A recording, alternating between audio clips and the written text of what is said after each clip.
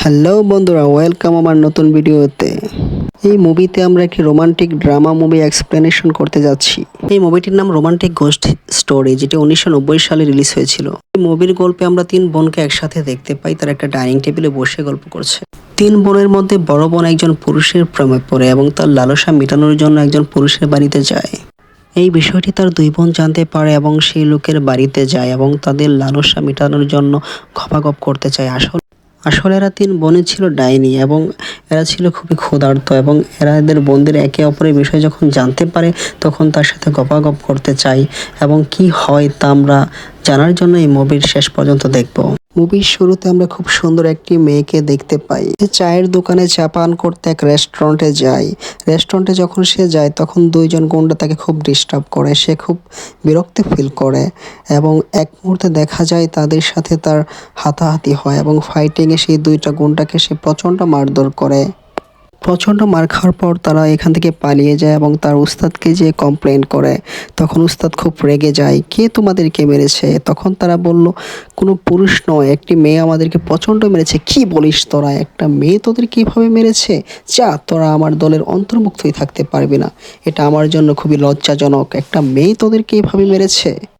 তারপর তাদের লিডার তার সান্ডা পান্ডাকে নিয়ে বেওয়াইকে মারতে যায়। যাওয়ার সময় রাস্তায় তাদের লে সিওর সাথে দেখা।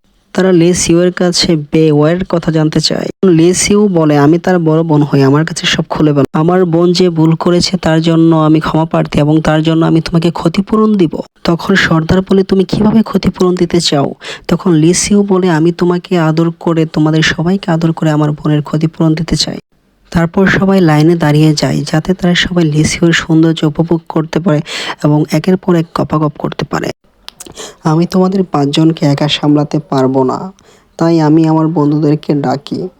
তারা পাঁচজন যখন আসে তখন ছেলেগুলো তাদেরকে দেখে খুব ভালো লাগে এবং প্রত্যেকে এক একজনকে করে নিয়ে জঙ্গলে চলে যায় মঙ্গল করতে। তারপর যখনই তারা গপাগপ করতে শুরু করে তখনই দেখা যায় এক একজনের ফেস অনেক ভয়ঙ্কর, যা দেখে তারা খুব ভয় পেয়ে যায়। ভয় পাওয়ার পর তারা সেখান থেকে পালিয়ে যায়। তাদেরকে এভাবে পালিয়ে যেতে দেখে কেওয়াই ও তার বড় বোন খুব খুশি হয়।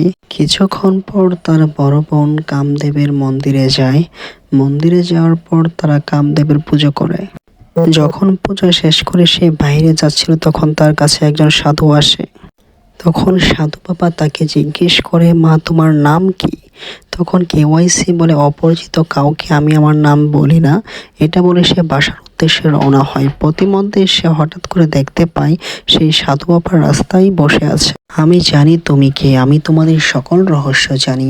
তোমরা যদি মানুষ হতে চাও ডাইনি থেকে, তাহলে আমি যা বলছি তা শোনো, তা না হলে তো তোমাদের সামনে বিশাল বিপদ আসতে যাচ্ছে। কিন্তু কেওয়াই সাধুর কথার পাত্তা না দিয়ে বাড়িতে চলে যায়। বাড়িতে আসার পর সে তার বোনদের সাথে সাধুর বিষয়ে কথা বলে। আর সাধুর বিষয়ে যখন তারা মিটিং করছিল তখনই প্রতিবেশী মিসেস ওম সেখানে এসে উপস্থিত হয়। মিসেস ওম এখানে আসার সাথে সাথে তার তিন বোনকে গালিগালাজ করছিল। এর কারণ হচ্ছে মিসেস ওম তাদের তিন বোনের সৌন্দর্য দেখে হিংসে করে। এর কারণ হচ্ছে মিসেস ওয়াং মনে করে এই তিন বোনের জাদুর কারণে তার সৌন্দর্য প্রকাশ পাচ্ছে না। এমনটা মিসেস ওয়াং এর সাথে করা হয়নি। মিস্টার ওয়াং যখন বাড়িতে আসে তখন তার স্ত্রী তার সাথে ঝগড়া শুরু করে দেয়। মেয়েকে বলল, এই তিন বোন যাতে কখনো আমার সামনে না আসে। অন্যদিকে আমরা দেখতে পাই এই তিন বোন তার দেবতাদের সামনে বসে পুজো করছে। কিন্তু যখনই তারা ধ্যান শুরু করলো তখন তারা তাদের ধ্যানে পুরুষকে দেখতে পেল। স্বপ্নে দেখা পুরুষরা এদেরকে যৌন চাহিদার কথা জিজ্ঞেস করে, সাথে সাথে তাদের ধ্যান ভেঙে যায়। এরা এক সময় ডাইনি ছিল আর এরা মানুষ হওয়ার জন্য এখন কঠিন তপস্যা করছে।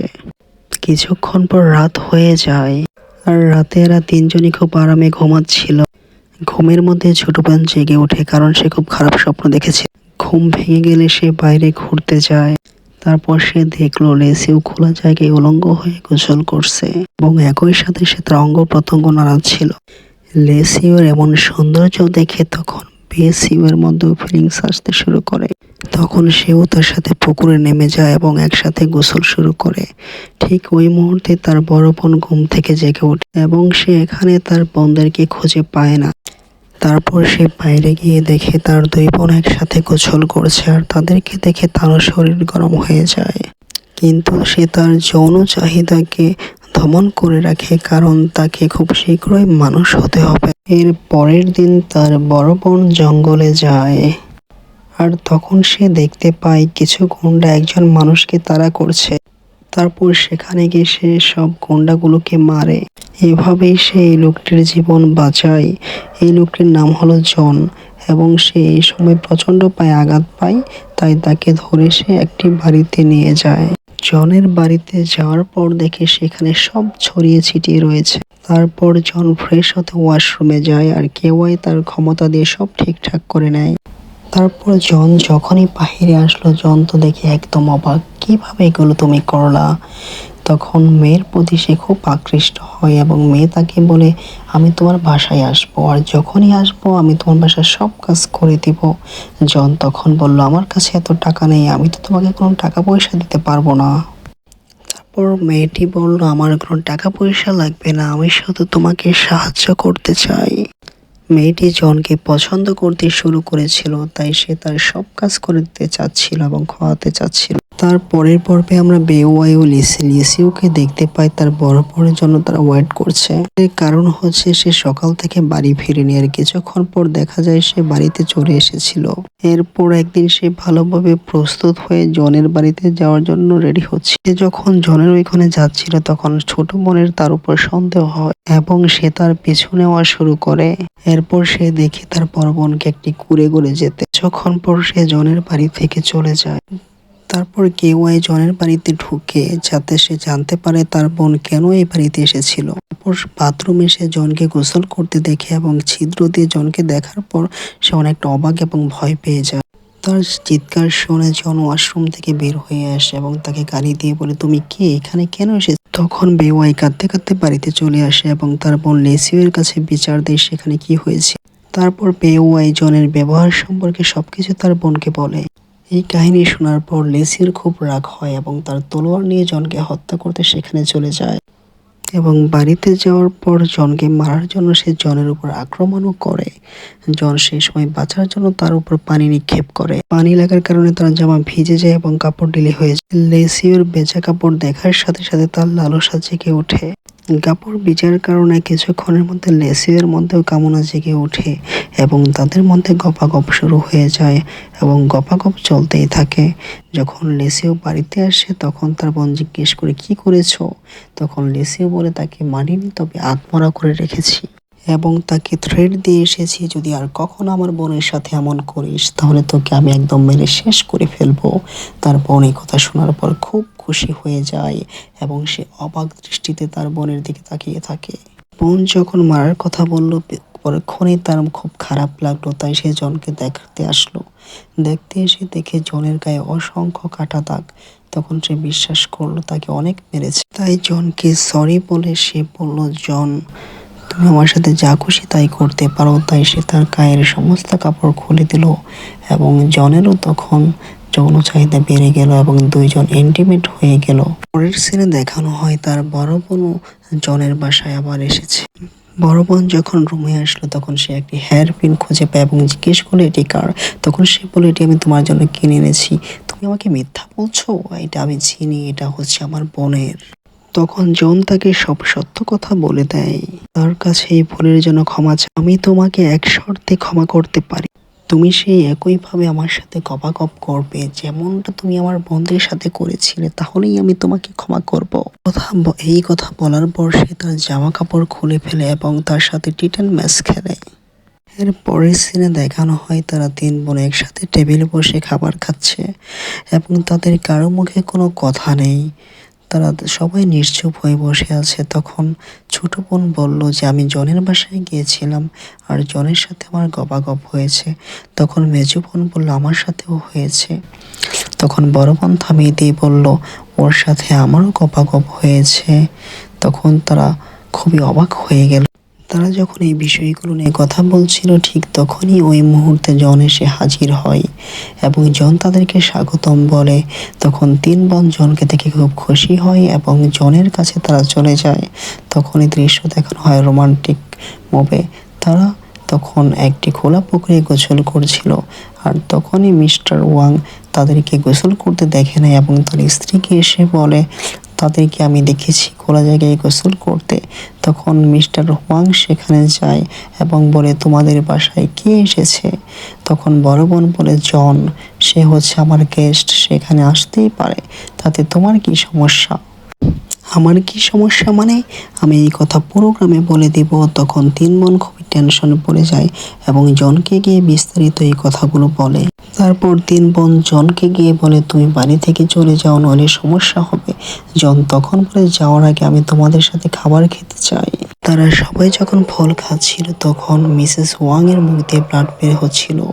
এর কারণ হচ্ছে জন কোনো সাধারণ ব্যক্তি ছিল না, সেও হচ্ছে এই তিন মহিলার মতো একজন বয়স্ক দানব ছিল। সে তার দানবীয় বয়সের কারণে খুব খারাপ বোধ করছিল। তখন সে তার শক্তি প্রয়োগ করে একটি মেয়েকে তৈরি করে এবং তার সাথে সেক্স করার মাধ্যমে তার যৌবন ফেরত নিয়ে আসে। ঠিক ওই মুহূর্তে দেখা যায় তিন বোনের বুকে প্রচুর চুল গজায়। এই চুল গজানোর কারণ হচ্ছে তারা জনের সাথে সহবাস করেছিল, আর এই কারণে তাদের চুল গজায়।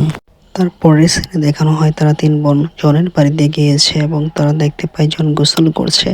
যখন তারা কাপড়ের ফাঁক দিয়ে দেখলো তখন তারা একটা ভয়ঙ্কর দানবকে দেখতে পেল, যার 3 থেকে 4টি মাথা, এবং তাদের চোখের সামনে জনকে একটি ভয়ঙ্কর শয়তান হতে তারা দেখলো, যে মাথাগুলোকে বারবার ঘোরাচ্ছিল। এগুলো দেখে তারা খুব ভয় পেয়ে গেল। তিন বোন খুব অবাক হলো এবং তারা সেই সাধুর কাছে চলে গেল। তখন তার বড় বোন বলল, বাবা, আমাদেরকে বাঁচান, কোনো একটা উপায় দেখান। তখন সাধু বলেছিল যে, আমি তোমাকে বলেছিলাম তোমার কামনাকে তোমার সুপ্ত অবস্থায় রাখা লাগবে, এটা কখনো প্রকাশ করা যাবে না, তাহলে এই সমস্যা হবে। পর সাধু বাবা তাদেরকে একটি উপায় বলে দেয় এবং বলে, জনের একটি মূর্তি বানানোর পর তারা জনের উপর কালো জাদু প্রয়োগ করে। এর ফলে জন কেমন পাগলামি ভাব করছিল এবং তার দেহ যেন ছিন্ন বিচ্ছিন্ন হয়ে যাচ্ছিল। কালো জাদুর প্রয়োগ বুঝতে পারে সে সাথে সাথে ওই তিন বোনের কাছে পৌঁছে যায় এবং সেই তিন বোনের সাথে সে যুদ্ধ করে। ফাইটের এক পর্যায়ে জন ওই তিনজনকে তার কন্ট্রোলে নিয়ে চলে আসে এবং তারা তার বসে আসার পর তারা তাদের জামা কাপড় খোলা শুরু করে। ঠিক ওই মুহূর্তেই মনীষী ব্যক্তি, সাধু ব্যক্তিটি চলে আসে এবং জনের সাথে তার প্রচণ্ড ফাইট হয় এবং ফাইটের এক পর্যায়ে জনকে তিনি হত্যা করতে সক্ষম হন। তারপর তিন বোন তার কৃতকর্মের জন্য অনুতপ্ত হয়। আসলে জন ছিল একটা বয়স্ক দানব যে ইয়ং মেয়েদের সাথে কপাকপ করে তার বয়স্ককেও কন্ট্রোলে রাখত। যদি এইভাবে এই গল্পটি শেষ হয়, যদি কারো এই ড্রামাটি ভালো লেগে থাকে তাহলে অবশ্যই লাইক এবং সাবস্ক্রাইব করে পাশেই থাকবে।